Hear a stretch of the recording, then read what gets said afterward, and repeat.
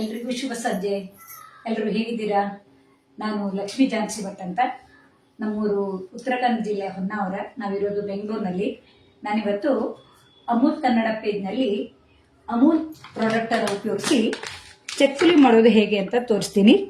Amul organic besan ಮತ್ತು ಅಂದರೆ ಕಡಲೆ ಹಿಟ್ಟು ಮತ್ತು ಅಮೂಲ್ ಬೆಣ್ಣೆಯನ್ನು ಉಪಯೋಗಿಸ್ತಾ ಇದ್ದೀನಿ. ಚಕ್ಕುಲಿ ಅಂದರೆ ನಾವು ತುಂಬ ದಿನಗಳ ತಯಾರಿ ಇರುತ್ತೆ ಅಂತ ಅಂದ್ಕೊಂಡಿರ್ತೀವಿ, ಆದರೆ ಈಗ ಬೇರೆ ಬೇರೆ ರೀತಿಯಲ್ಲಿ ಚಕ್ಕುಲಿಯನ್ನು ಮಾಡೋಕ್ಕಾಗತ್ತೆ.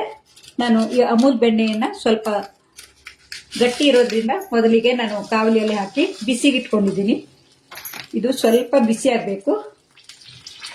ಹಾಗೆ ನಾನಿಲ್ಲಿ 2 ಲೋಟ ಅಕ್ಕಿ ಹಿಟ್ಟು ತಗೊಂಡಿದ್ದೀನಿ. 2 ಲೋಟ ಅಕ್ಕಿ ಹಿಟ್ಟಿಗೆ 1 ಲೋಟ ಈ ಆರ್ಗ್ಯಾನಿಕ್ ಬೇಸನ್ ಬೇಕಾಗುತ್ತೆ, ಅಂದರೆ ಕಡಲೆ ಹಿಟ್ಟು ಬೇಕಾಗುತ್ತೆ. ಈ ಲೋಟದಲ್ಲಿ 2 ಲೋಟ ಅಕ್ಕಿ ಹಿಟ್ಟು ತಗೊಂಡಿದ್ದೀನಿ. ಹಾಗೆ ಇದರಲ್ಲಿ 1 ಲೋಟ ಆಗುವಷ್ಟು ಕಡಲೆ ಹಿಟ್ಟನ್ನು ನಾನು ಗಾಳಿಸಿ ತಗೋಬೇಕು. ಯಾಕೆಂದರೆ ಕಡಲೆ ಹಿಟ್ಟು ಇದರಲ್ಲಿರುವಾಗ ಸ್ವಲ್ಪ ಮುದ್ದೆ ಮುದ್ದೆ ಆಗಿರುತ್ತೆ.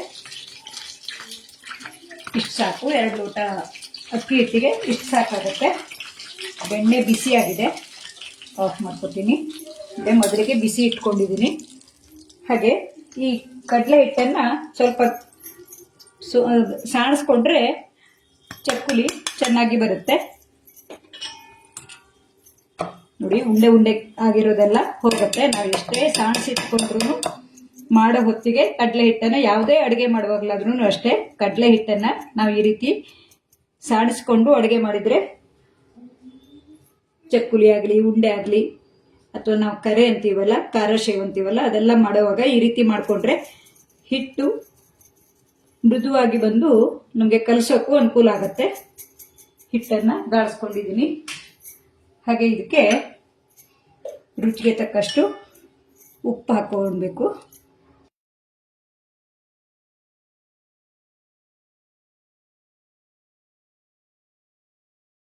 ಬಟರ್ ಆಗಿರೋದ್ರಿಂದ ಸ್ವಲ್ಪ ಉಪ್ಪನ್ನು ಕಡಿಮೆ ಹಾಕಬೇಕಾಗತ್ತೆ. ಆಮೇಲೆ ರುಚಿ ನೋಡಿಕೊಂಡು ಹಾಕಬಹುದು.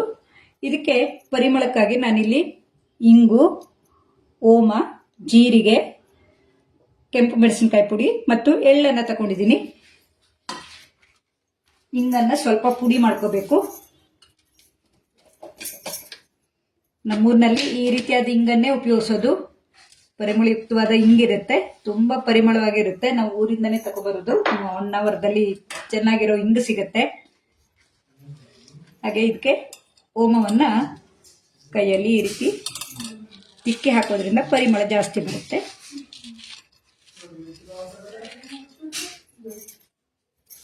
ಹಾಗೆ ಇವೆಲ್ಲವನ್ನು ಹಾಕ್ಕೊಂಡು ಬಿಡೋಣ. ಇಂಗು ಇವೆಲ್ಲವನ್ನು ಕಲಸೋಕೆ ಹಾಕೋದು.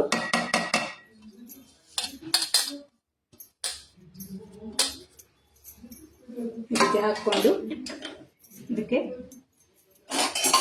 ನಾವು ಬಿಸಿ ಮಾಡ್ಕೊಂಡಿರೋ ಬೆಣ್ಣೆನ, ಅಮೂಲ್ ಬೆಣ್ಣೆಯನ್ನು ಹಾಕೊಳ್ಳೋಣ. ನಾನಿಲ್ಲಿ ಸುಮಾರು 1 ದೊಡ್ಡ ಚಮಚ ಆಗುವಷ್ಟು ಹಾಕ್ಕೊಂಡಿದ್ದೀನಿ.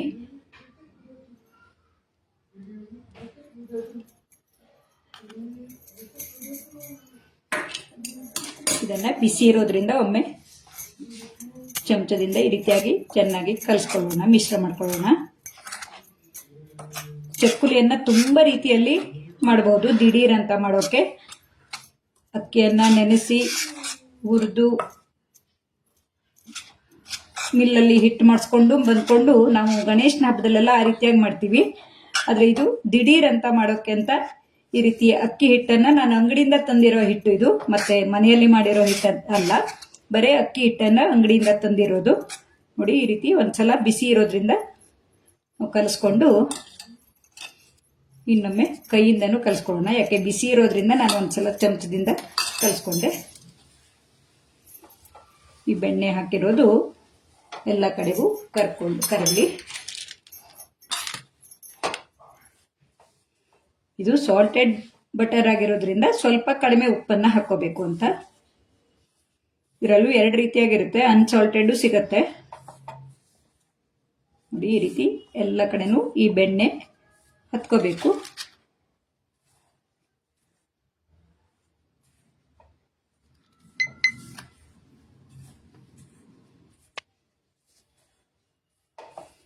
ಈ ರೀತಿ ಮುದ್ದೆ ಆಗುವಷ್ಟು ಅಂದರೆ ಬೆಣ್ಣೆ ಎಲ್ಲ ಕಡೆನೂ ಹತ್ಕೊಳ್ಳುತ್ತೆ. ಆಮೇಲೆ ಇದಕ್ಕೆ ಇಕ್ಕಿದ್ರೆ ನೋಡಿ, ಇದನ್ನು ನಾನು ವೇಸ್ಟ್ ಮಾಡಬಾರ್ದು ಅಂತ ಇದಕ್ಕೂ ಈ ಹಿಟ್ಟನ್ನು ಹಾಕಿ ತೆಗಿತಾ ಇದ್ದೀನಿ.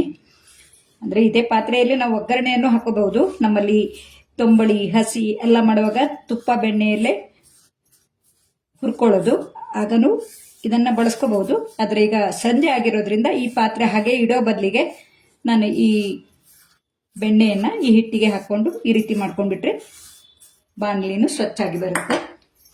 ಆಮೇಲೆ ಇದಕ್ಕೆ ನೀರನ್ನು ಸ್ವಲ್ಪ ಸ್ವಲ್ಪನೇ ಹಾಕ್ಕೊಂಡು ಮುದ್ದೆ ಆಗೋ ತನಕ ಕಲಿಸ್ಕೋಬೇಕು.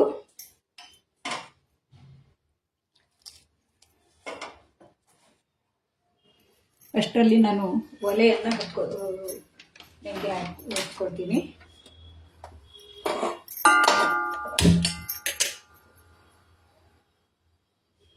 ಸಣ್ಣ ಉರಿಯಲ್ಲೇ ಇರಲಿ, ಆ ಕಡೆ ಇಟ್ಕೊಂಡ್ಬಿಡ್ತೀನಿ. ಇದಕ್ಕೆ ಸ್ವಲ್ಪ ಸ್ವಲ್ಪನೇ ನೀರು ಹಾಕೊಂಡು ಮಾಮೂಲಿ ಚಕ್ಲಿ ಹಿಟ್ಟು ಕಲಸೋ ಥರನೇ ಕಲಿಸ್ಕೊಳ್ಳೋದು. ಇದಕ್ಕೆ ಪುಟಾಣಿ ಹಿಟ್ಟು ಸೇರಿಸು ಮಾಡಬಹುದು, ಅದು ಇನ್ನೊಂದು ರೀತಿಯಲ್ಲಿ ರುಚಿಯಾಗಿರುತ್ತೆ. ಅದನ್ನು ಇನ್ನೊಮ್ಮೆ ತೋರಿಸ್ತೀನಿ ನಾನು. ಇದು 2 ಪಾಲಿಗೆ 1 ಪಾಲು ಕಡಲೆ ಹಿಟ್ಟನ್ನು ಹಾಕಿ ಮಾಡಿರುವಂಥದ್ದು. ಬೆಣ್ಣೆ ಮುರುಕು ಅಂತಾನೂ ಹೇಳ್ಬೋದು, ಚಕ್ಕುಲಿ ಅಂತಾನೂ ಹೇಳ್ಬೋದು.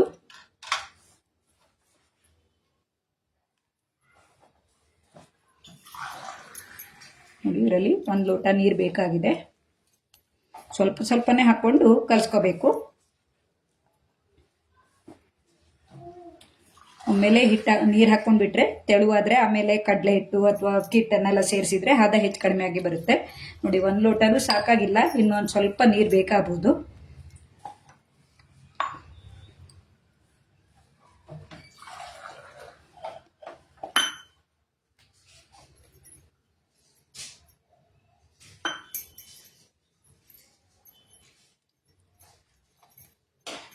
ನಾವು ಅಡುಗೆ ಮಾಡುವಾಗ ಈ ರೀತಿ ಅಚ್ಚುಕಟ್ಟುತನ ಇದ್ದರೆ ನಮಗೆ ಪಾತ್ರೆ ತೊಳೆಯೋದು ಕಡಿಮೆ ಆಗಿರುತ್ತೆ. ಯಾವುದನ್ನು ನಾವು ವೇಸ್ಟ್ ಮಾಡದೆ ಅಡುಗೆ ಮಾಡುವಂಥ ಹವ್ಯಾಸ ಇಟ್ಕೊಂಡಾಗಿರುತ್ತೆ. ಇದನ್ನೆಲ್ಲ ನಾನು ನಮ್ಮ ತಾಯಿ ಮನೆಯಲ್ಲಿ ಅವಿಭಕ್ತ ಕುಟುಂಬ ಆದ್ರಿಂದ ನನ್ನ ಸಣ್ಣಜ್ಜಿ ನಮಗೆಲ್ಲ ಈ ರೀತಿ ಅಡುಗೆ ಮಾಡುವಾಗ ಕಲಿಸಿದ್ದಲ್ಲ, ಅವ್ರು ಮಾಡಿದ್ದನ್ನು ನೋಡಿ ನಮಗದೆಲ್ಲ ರೂಢಿಯಾಗಿದೆ. ಹಾಗೆ ತುಂಬ ಮಂದಿ ನನ್ಗೆ ಝಾನ್ಸಿ ಅಂತ ಹೆಸರು ಬಂದಿದ್ದು ಯಾಕೆ ಅಂತ ಎಲ್ಲರೂ ಕೇಳ್ತಾರೆ. ನನ್ನ ಸಣ್ಣಮ್ಮ ಆಗಿನ ಕಾಲದಲ್ಲಿ 8ನೇ ಕ್ಲಾಸ್ ಓದಿದ್ದಾಗಿತ್ತು. ಅದೇ ಅವಿಭಕ್ತ ಕುಟುಂಬದಲ್ಲಿ ಬೆಳೆದವಳು ನಾನು. ನನ್ನ ಹೆಸರು ಲಕ್ಷ್ಮಿ ಅಂತ. ಅವರು ಇತಿಹಾಸವನ್ನು ಅಂದರೆ ಸ್ವಾತಂತ್ರ್ಯ ಬಂದು ತುಂಬ ದಿವಸ ಆಗಿಲ್ಲದೆ ಇದ್ದದ್ರಿಂದ, ನಾನು 63ನೇ ಇಸ್ವಿಯಲ್ಲಿ ಹುಟ್ಟಿದ್ದು, ಸ್ವಾತಂತ್ರ್ಯ ಬಂದು ಒಂದು 20 ವರ್ಷನೂ ಆಗಿರಲಾಗಿತ್ತು. ಹಾಗಾಗಿ ಝಾನ್ಸಿ ರಾಣಿ ಲಕ್ಷ್ಮೀಬಾಯಿ ಅಂತ ಪ್ರೀತಿಯಿಂದ ಕರೆಯೋಕೆ ಹೋಗಿ ಝಾನ್ಸಿ ಅಂತ ಆಗಿದೆ. ಹಾಗಾಗಿ ನನಗೆ ನಿಕ್ ನೇಮ್ ಝಾನ್ಸಿ ಅಂತ ಇದೆ. ತುಂಬ ಮಂದಿ ಇದು ಯಾಕೆ ಆ ರೀತಿ ಹೆಸರು ಇಟ್ಕೊಂಡಿದ್ಯಾ ಅಂತ ಕೇಳ್ತಾರೆ. ಅದು ಝಾನ್ಸಿ ಕಿ ರಾಣಿ ಲಕ್ಷ್ಮೀಬಾಯಿ ಅಂತಿತ್ತು, ಅದು ನನ್ನ ಎಲ್ಲರ ಬಾಯಲ್ಲಿ ಹೋಗಿ ಝಾನ್ಸಿ ಅಂತ ಆಗಿದೆ. ನೋಡಿ, ಹಿಟ್ಟು ಈ ರೀತಿಯಾಗಿ 1 ಲೋಟಕ್ಕಿಂತ ಸ್ವಲ್ಪ ನೀರು ಜಾಸ್ತಿ ಬೇಕಾಗಿದೆ. ಈ ರೀತಿ ನಾವು ಮುದ್ದೆ ಆಗೋ ತನಕ ಕಲಸಿಟ್ಕೊಂಡು ಚಕ್ಕುಲಿ ಒರಳೆಯಲ್ಲಿ ಒತ್ತಿಬಿಟ್ರೆ ಚಕ್ಕುಲಿ ಸಿದ್ಧ ಆಗುತ್ತೆ. ನೋಡಿ, ಒಂದು 5-10 ನಿಮಿಷದಲ್ಲೇ ಈ ಚಕ್ಕುಲಿ ಹಿಟ್ಟನ್ನು ನಾವು ತಯಾರು ಮಾಡ್ಕೋಬಹುದು. ನಾವು ಗಣೇಶನ ಹಬ್ಬಕ್ಕಾಗಿ ತುಂಬ ಮಾಡೋದ್ರಿಂದ ಅಕ್ಕಿಯನ್ನು ಹುರಿದ್ಬಿಟ್ಟು ಮಾಡ್ತೀವಿ. ಅದರ ರುಚಿನೇ ಬೇರೆ ಇರುತ್ತೆ. ರುಚಿ ಭಿನ್ನವಾಗಿದ್ರೂ ಇದು ದಿಢೀರಂತ ಮಾಡುವಂಥ ಚಕ್ಕುಲಿ ಆಗಿರುತ್ತೆ.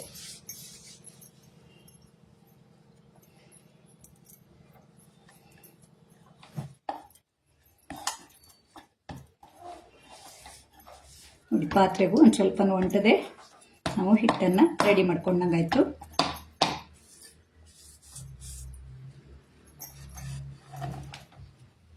ಎಣ್ಣೆ ಕಾಯ್ತಾ ಬಂದಿದೆ ನೋಡಿ, ಕಾಯ್ತಾ ಬಂದಿದೆ. ಈಗ ಚಕ್ಕುಲಿಯನ್ನು ಒರಳಿಗೆ ಹಾಕ್ತೀನಿ. ಹಿಟ್ಟನ್ನು ಯಾರಾದರೂ ಲೈವ್ ಬಂದಿದ್ದೀರಾ? ಯಾರು ಬಂದಂಗಿಲ್ಲ, ಆಮೇಲೆ ನೋಡ್ಬೋದು. ನಾನು ಇದು ಪೋಸ್ಟ್ ಹಾಕೋಕ್ಕೂ ಲೇಟ್ ಆಯಿತು, ಯಾಕೆಂದರೆ ನಾನು ಮಾಡಬೇಕು ಅಂದ್ಕೊಂಡಿದ್ದೆ ಲೇಟಾಗಿ. ಹಾಗಾಗಿ ಇದನ್ನು ಪೋಸ್ಟ್ ರೆಡಿ ಮಾಡೋಕ್ಕೆ ತುಂಬ ಲೇಟ್ ಆಯಿತು.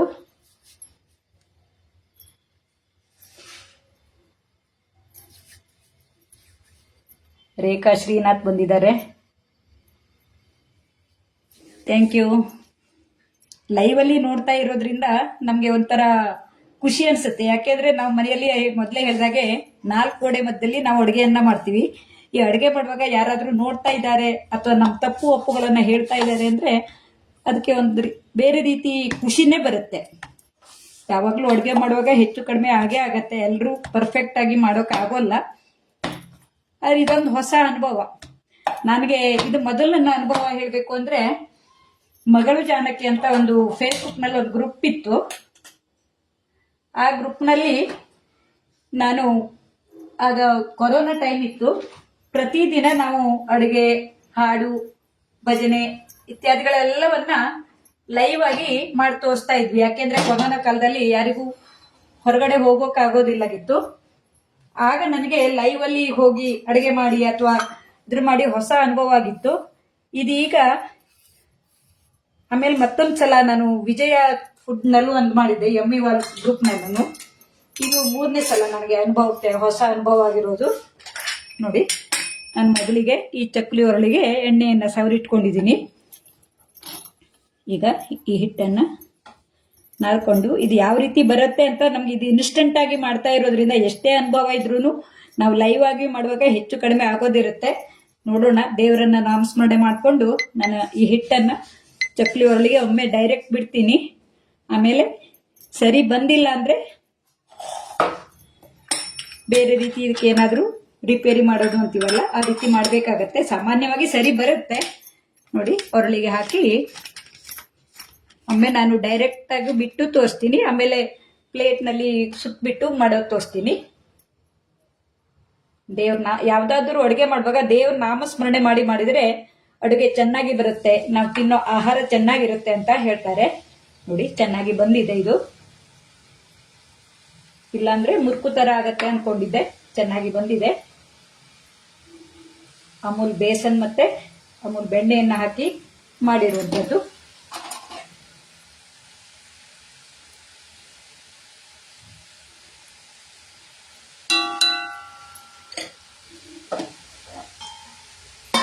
ಇದನ್ನು ನಾನು ಇನ್ನೂ ಚಿಕ್ಕದಾದ ಚಕ್ಕುಲಿಯನ್ನು ಮಾಡಿ ತೋರಿಸ್ತೀನಿ.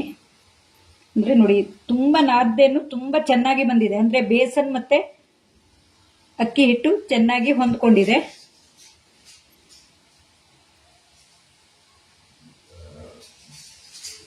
ನಮ್ಗೆ ಬೇಕಾದ ಆಕಾರದಲ್ಲಿ ಮಾಡ್ಕೋಬಹುದು. ನಾನಿಲ್ಲಿ ಸ್ವಲ್ಪನೇ ಎಣ್ಣೆ ಹಾಕಿರೋದ್ರಿಂದ ಚಿಕ್ಕದಾಗಿರೋ ಚಕ್ಕಲಿನೇ ಮಾಡ್ತಾ ಇದ್ದೀನಿ. ಯಾಕೆಂದರೆ ಚಕ್ಕಲಿಯನ್ನು ತಿನ್ನುವಾಗ ತುಂಬ ದೊಡ್ಡದಾದ ಚಕ್ಕಲಿನೂ ಆದರೆ ಆಮೇಲೆ ತಿನ್ನೋಕ್ಕಾಗದೆ ಚೂರು ಮಾಡಿ ಬಿಡೋಕ್ಕಾಗತ್ತೆ. ಚೂರು ಮಾಡಿ ಹಾಗೆ ಇಡಬೇಕಾಗತ್ತೆ. ಚಿಕ್ಕದಾದ್ರೆ 1 ಅಥವಾ 2 ತನ್ನ ಸರಿಯಾಗಿ ತಿನ್ಬಹುದು. ನೋಡಿ, ಈ ರೀತಿಯಾಗಿ ನಾವು ಎಣ್ಣೆಯಲ್ಲಿ ಹಾಕೋ ಹೊತ್ತಿಗೆ ಈ ರೀತಿಯಾಗಿ ಮಾಡಿಟ್ಕೋಬೇಕು. ಮತ್ತೆ ಈ ಚಕ್ಕುಲಿ ಇದೊಂದು ಟಿಪ್ಸ್ ಅಂದ್ರೆ, ಚಕ್ಕುಲಿ ನಾವು ಈ ರೀತಿ ಒತ್ತಿದಾಗ ಇಲ್ಲಿ ಬರ್ತಾ ಇರುತ್ತಲ್ವಾ, ಬರ್ದೇ ಇರುವಾಗ ಮಾಡೋದಾದ್ರೆ ನಾವು ಉಲ್ಟಾ ಒಮ್ಮೆ ತಿರುಗಿಸಿಟ್ರೆ ಚಕ್ಕುಲಿ ಕಾಲು ಈ ರೀತಿ ಹೊರಗಡೆ ಬರೋಲ್ಲ. ನೋಡಿ, ಈಗ ಇದನ್ನ ಬೆಂದಿದೆ. ಚೆನ್ನಾಗಿ ಬಂದಿದೆ. ಅನ್ನೆಲ್ಲ ತಿನ್ನೋರು ಅದೃಷ್ಟನೂ ಚೆನ್ನಾಗಿದ್ರೆ ಅಡುಗೆ ಆಗುತ್ತೆ ಅಂತ ಹೇಳ್ತಾರೆ. ನಾವು ಎಷ್ಟೇ ಸರಿ ಮಾಡಿದ್ರು ನಮ್ಮ ಅದೃಷ್ಟನೂ ಚೆನ್ನಾಗಿರ್ಬೇಕು.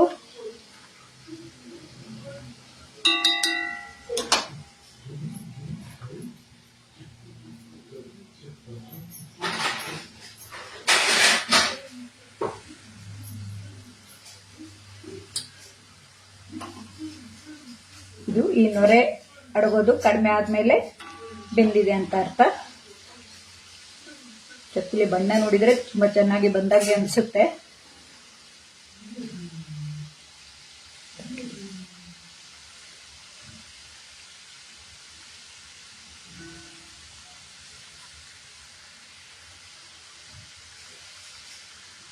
ರೇಖಾ ಶ್ರೀನಾಥ್ ಅವರು ನೋಡ್ತಾ ಇದ್ದಾರೆ, ಹಾಗೆ ಕಮೆಂಟು ಹಾಕಿದ್ದಾರೆ. ತುಂಬಾ ಧನ್ಯವಾದಗಳು ನಿಮಗೆ. ಈ ಅಮೂಲ್ ಕನ್ನಡ ಪೇಜ್ನಲ್ಲಿ ನಾನೀಗ 3ನೇ ಸಲ ಮಾಡ್ತಾ ಇರೋದು. ನನ್ಗೆ ಗೊತ್ತಿರೋ ದಿನನಿತ್ಯ ಅಡುಗೆ ಮಾಡೋದನ್ನೇ ಇದರಲ್ಲಿ ಲೈವ್ ಆಗಿ ತೋರಿಸೋಣ ಅಂತೇಳಿ ಈ ಅಡುಗೆಗಳನ್ನ ಅಮೂಲ್ ಪ್ರಾಡಕ್ಟ್ ಅನ್ನು ಉಪಯೋಗಿಸಿ ಮಾಡ್ತಾ ಇರುವಂತದ್ದು. ಈ ರೀತಿ ನೊರೆ ಅಡಗಿದ ಮೇಲೆ ತೆಗಿಬೇಕು.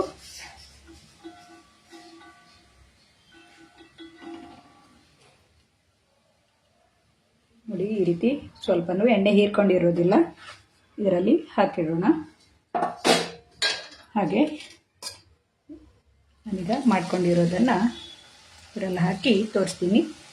ಇದಕ್ಕೆ ನೋಡಿ ದಿಢೀರ್ ಅಂತ ಮಾಡುವಂಥ ಚಕ್ಕುಲಿ ಆಗಿದೆ.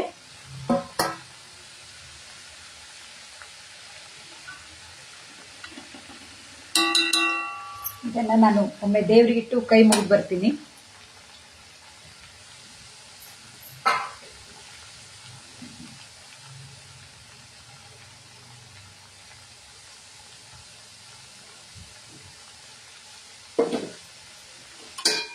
ದೇವರಿಗಿಟ್ಟು ಕೈ ಮುಗಿದ ನಂತರ ಅದು ರುಚಿಯನ್ನ ನಾವು ಹೆಚ್ಚು ಕಡಿಮೆ ಮಾಡ್ಕೋಬಹುದು.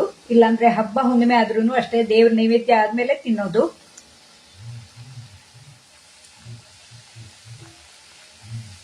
ಯಾವುದೇ ಅಡಿಗೆಯನ್ನಾದ್ರೂ ನಾವು ದೇವ್ರ ನಾಮಸ್ಮರಣೆ ಮಾಡಿಕೊಂಡು ಅಡಿಗೆಯನ್ನ ಮಾಡಬೇಕು. ಹಾಗೆ ದೇವರಿಗೆ ಅರ್ಪಿಸಿ ನಾವು ತಿನ್ನೋದ್ರಿಂದ ನಮಗೆ ಖುಷಿನೂ ಇರುತ್ತೆ, ಅದೊಂದು ಸಂಪ್ರದಾಯವನ್ನು ನಾವು ಉಳಿಸ್ಕೊಂಡು ಬಂದಂಗೂ ಇರುತ್ತೆ. ಬೆಣ್ಣೆ ಘಮದ ಚಕ್ಕುಲಿ ಅಥವಾ ಬೆಣ್ಣೆ ಮುರುಕು ಅನ್ಬಹುದು ತಯಾರಾಗ್ತಾ ಇದೆ. ನೀವು ಬೇರೆ ಬೇರೆ ರೀತಿಲಿ ಏನಾದ್ರೂ ಮಾಡೋದಿದ್ರೆ ಕಮೆಂಟ್ ನಲ್ಲಿ ಹಾಕಿ, ನಾನು ಆ ರೀತಿ ಮಾಡೋಕೆ ಪ್ರಯತ್ನ ಮಾಡ್ತೀನಿ. ಹಾಗೆ ಇನ್ನೊಂದು ವಿಷಯ ಹೇಳೋಕೆ ನಾನು ಮರ್ತೆ, ನನ್ನೊಂದು ಯೂಟ್ಯೂಬ್ ಇದೆ, ಝಾನ್ಸಿ ಐಡಿಯಾಸ್ ಅಂತ. ಅದರಲ್ಲಿ ನನ್ನ ಖುಷಿಯನ್ನೆಲ್ಲ ಹಂಚ್ಕೊಳ್ತೀನಿ. ಅಡುಗೆದಿರ್ಲಿ ಅಥವಾ ನಾನು ಯಾವ್ದಾದ್ರು ಕಾರ್ಯಕ್ರಮದಲ್ಲಿ ಭಾಗವಹಿಸಿದ್ದಾಗ್ಲಿ ನನಗೆ ಖುಷಿಯಾದ ಕ್ಷಣವೆಲ್ಲ ಅದರಲ್ಲಿ ಹಂಚ್ಕೋತೀನಿ. ಈ ರೀತಿಯಾಗಿ ನನಗೆ ಹೊಸ ಹೊಸ ಅಡುಗೆ ಅಥವಾ ಏನಾದ್ರೂ ನೋಡಿದಾಗ ಮಾಡೋಕ್ಕೂ ಅನುಕೂಲ ಆಗತ್ತೆ ಅಂತ. ನಿಮಗೂ ಯಾರಿಗಾದ್ರೂ ಇಂಟ್ರೆಸ್ಟ್ ಇದ್ರೆ ನನ್ನ ಯೂಟ್ಯೂಬ್ ಅನ್ನ ನೋಡಬಹುದು, ಝಾನ್ಸಿ ಐಡಿಯಾಸ್ ಅಂತಿದೆ.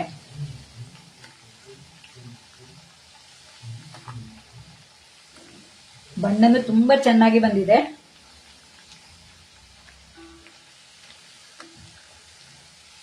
ಬೆಣ್ಣೆ ಪರಿಮಳನೂ ಬರ್ತಾ ಇದೆ.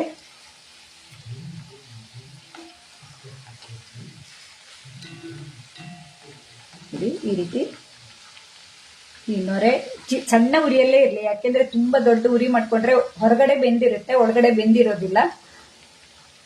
ಹಾಗಾಗಿ ಆದಷ್ಟು ಸಣ್ಣ ಉರಿಯಲ್ಲಿ, ಹಾಗೆ ಎಣ್ಣೆನು ಕಾದ್ಕೊಂಡಿರ್ಬೇಕು. ಎಣ್ಣೆ ಕಾದ್ಕೊಂಡಿಲ್ಲ ಅಂದ್ರೂ ಚಕ್ಕುಲಿ ಎಣ್ಣೆ ಹಿಂಡಕಲು ಅಂತೀವಲ್ಲ, ಆ ರೀತಿ ಆಗ್ಬಿಡುತ್ತೆ.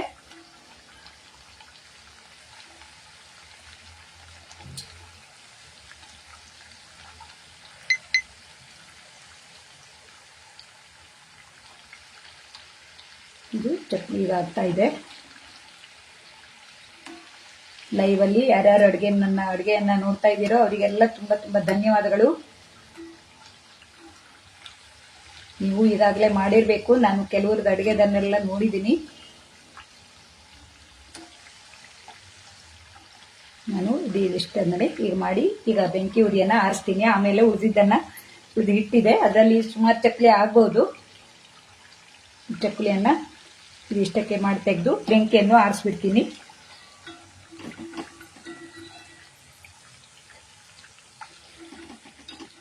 ನಾವು ಇಲ್ಲಿ ಬೇಕಾದ ಆಕಾರದಲ್ಲೂ ಮಾಡ್ಕೋಬಹುದು. ನಾನಿಲ್ಲಿ ಚಿಕ್ಕ ಚಿಕ್ಕದಾಗೆ ಮಾಡಿದ್ದೀನಿ, ಇನ್ನು ದೊಡ್ಡದಾಗೂ ಮಾಡ್ಕೋಬಹುದು.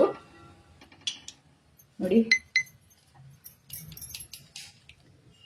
ಲೈವ್ ಅಲ್ಲಿ ಅಡುಗೆ ಮಾಡೋದು ಒಂದು ನಮಗೆ ಚಾಲೆಂಜೇ ಆಗಿರುತ್ತೆ. ಚೆನ್ನಾಗಿ ಬರುತ್ತೋ ಇಲ್ವೋ ಅನ್ನೋ ಡೌಟು ಇರುತ್ತೆ. ಆದ್ರೆ ನನ್ನ ಈ ಮೊಬೈಲ್ ಅಲ್ಲಿ ಇದು ಸ್ವಲ್ಪ ಕೆಂಪಗಾಗಿ ಕಾಣ್ತಾ ಇದೆ, ಆದ್ರೆ ಇದು ಬೆಳ್ಳಗಾಗೆ ಇದೆ. ತುಂಬಾ ಚೆನ್ನಾಗಿದೆ. ರುಚಿ ಹೇಗಿದೆ ಅಂತ ನೋಡೋಣ.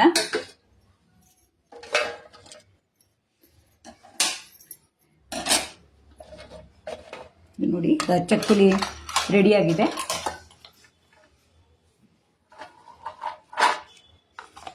ಈ ಚಕ್ಕುಲಿಯನ್ನ ನೈವೇದ್ಯ ಮಾಡಿದ್ದು ಆಗಿದೆ. ಇದು ಇದೆ.